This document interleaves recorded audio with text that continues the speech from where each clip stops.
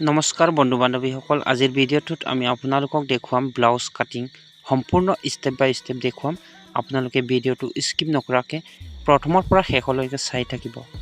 আৰু মোৰ ভিডিঅ'টো ভাল পালে আপোনালোকে লাইক কমেন্ট শ্বেয়াৰ আৰু সাবস্ক্ৰাইব কৰি দিবা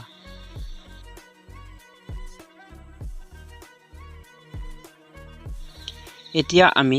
বেছি পলম নকৰি ভিডিঅ'টো আৰম্ভ কৰিম আপোনালোকে ষ্টেপ বাই ষ্টেপ চাই থাকক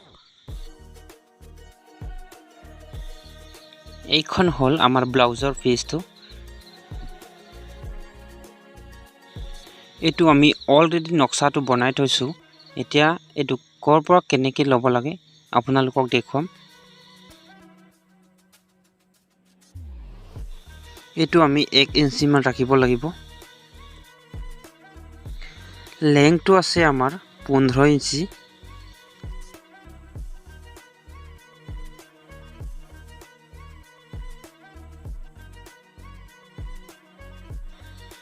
এটো আমাৰ ফ্ৰন্ট নেক 8 ইঞ্চি মান ৰাখিব লাগিব এটো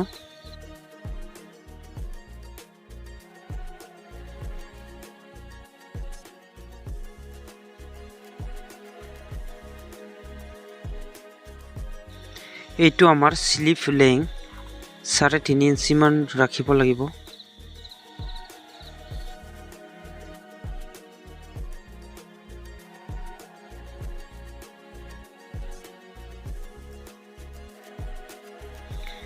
এইটো আমাৰ স্লিপ ৰাউন্ড মানে হাতটো 9.5 মান ৰাখিব লাগিব এইটো আমাৰ তলৰ পৰা হিসাব কৰি 4 ইঞ্চি মান ৰাখিব লাগিব 4 ইঞ্চি ৰাখি বাদ বাকি যিমান আছে আমি এটো কাটিব লাগিব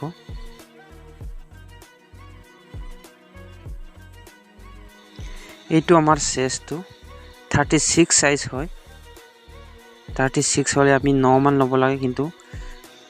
সিলাবৰ কাৰণে আমি 1.5 ইঞ্চি মান বেছিকৈ লব লাগিব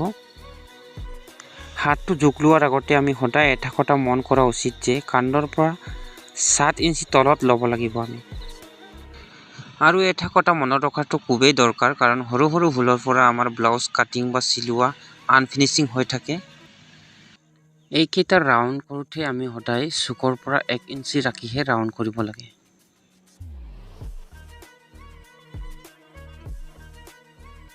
এতিয়া আমাৰ যোগ লোৱাটো আপোনালোকে মন দি চালে চাগে এতিয়া আমি এই নকশাটো কেনেকৈ বনালো এটো চাই আহকচোন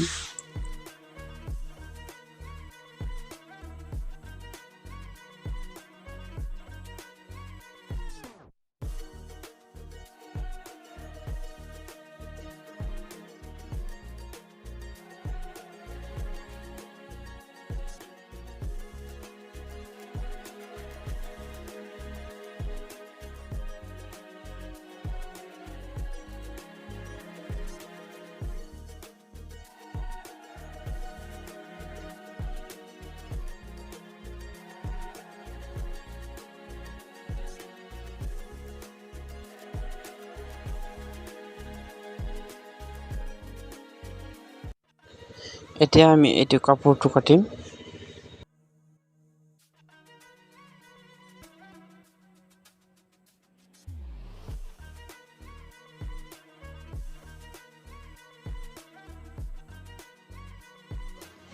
ইতিমধ্যে আমাৰ বেক সাইডৰ ব্লাউজ কাটিংটো শেষ হৈ গৈছে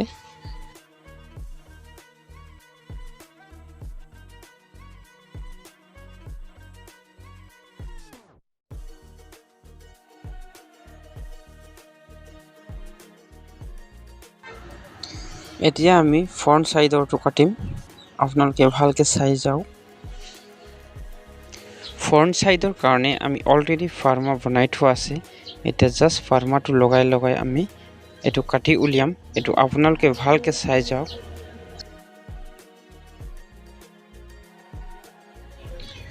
বন্ধুসকল এতিয়া আমি অকল কাটিংৰ ভিডিওটোৱে আপোনালোকক দেখাম আৰু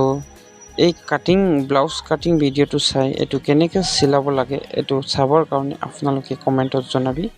মই নেক্সট ভিডিওত আপোনালোকক এটো কেনেকৈ সিলাব লাগে এটো দেখুৱাম আপোনালোকে কমেন্ট কৰি জনাব বন্ধু বান্ধৱীসকল, এতিয়া আমাৰ ব্লাউজ কাটিঙৰ ভিডিঅ'টো ইমানতে শেষ হৈ গৈছে। যদি আপোনালোকে ক'ৰবাত মিষ্টেক হৈছে, বুজিবলৈ অসুবিধা পাইছে, তেতিয়াহ'লে কমেণ্টত জনাবি। আৰু নেক্সট ভিডিঅ'ত আপোনালোকক এইটো কেনেকৈ চিলাব লাগে এইটো আপোনালোকক মই দেখুৱাম। গতিকে